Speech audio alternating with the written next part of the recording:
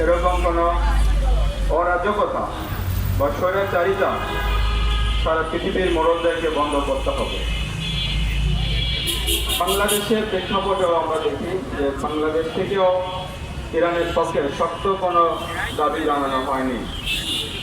Hormuz প্রণালী বন্ধের ক্ষেত্রেও বাংলাদেশের জাহাজ চলাচল এটা বন্ধ রয়েছে। আমরা চাই বাংলাদেশের সরকারের পক্ষ থেকে ইরানের পক্ষে সবসময় জোরালো ভূমিকা পালন করবে। সবাইকে ধন্যবাদ জানাচ্ছি। আসসালামু আলাইকুম রহমতুল্লাহ।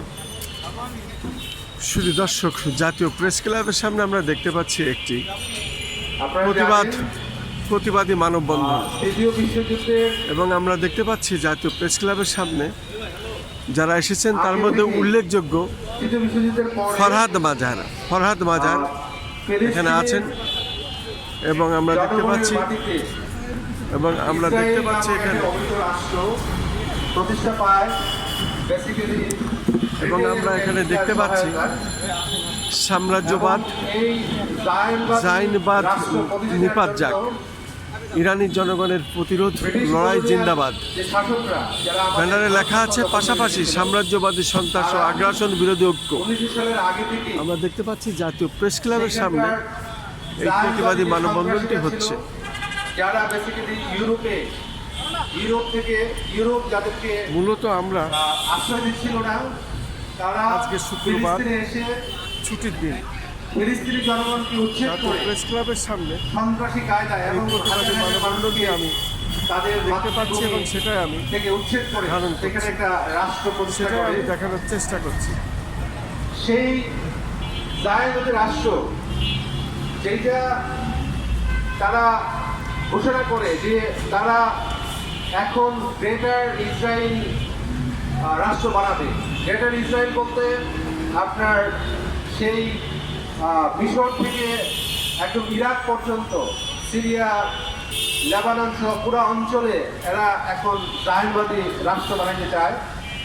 যেই কারণে মধ্যপ্রাচ্যে তাদের এই খায়েশের জন্য ইরান হচ্ছে প্রধান বাধা। কারণ আপনারা দেখছেন যে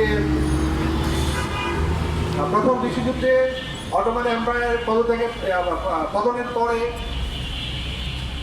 মধ্যপ্রাচ্য পুরাটাই ব্রিটিশ এবং ফরাসিরা ভাগাভাগি করে এখনকার যে মানচিত্র আপনারা যে রাষ্ট্রগুলি দেখেন, যেভাবে দেখেন, তারা এটা তৈরি করছে এবং তাদের শেল্টারে ওইখানে রাজতান্ত্রিক যে শাসন কায়েম হয়েছে সেইটা এখনো সেকেন্ড ওয়ার্ল্ড ওয়ারের পরে আমেরিকার সহায়তায় সেই রাজতান্ত্রিক শাসনগুলি এখনো টিকে আছে।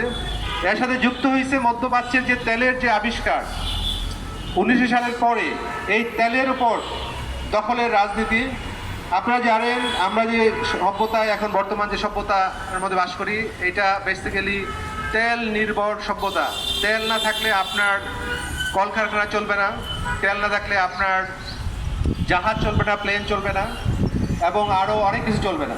সুতরাং তেল দখলের মাধ্যমে সারা পৃথিবীকে দখলে রাখার যেই কৌশল, যেটা পেট্রো ডলারের মাধ্যমে একটা আন্তর্জাতিক কৌশল আকারে আমেরিকানরা 1974 সালে সৌদি আরবের সাথে চুক্তির মাধ্যমে তৈরি করে, সেই ডলার ভিত্তিক পেট্রো ডলার ভিত্তিক যে গ্লোবাল ওয়ার্ল্ড অর্ডার, যার মাধ্যমে তারা সারা পৃথিবীর মানুষকে, সেটা ইউরোপকে বলেন, মধ্যপ্রাচ্য বলেন, ইভেন কি আরও যে অন্যান্য রাষ্ট্র আছে, সবাইকে তারা একত্রে তাদের অধীনে, আমেরিকান যে সাম্রাজ্যবাদ তার অধীনে তারা নিয়ে গেছে।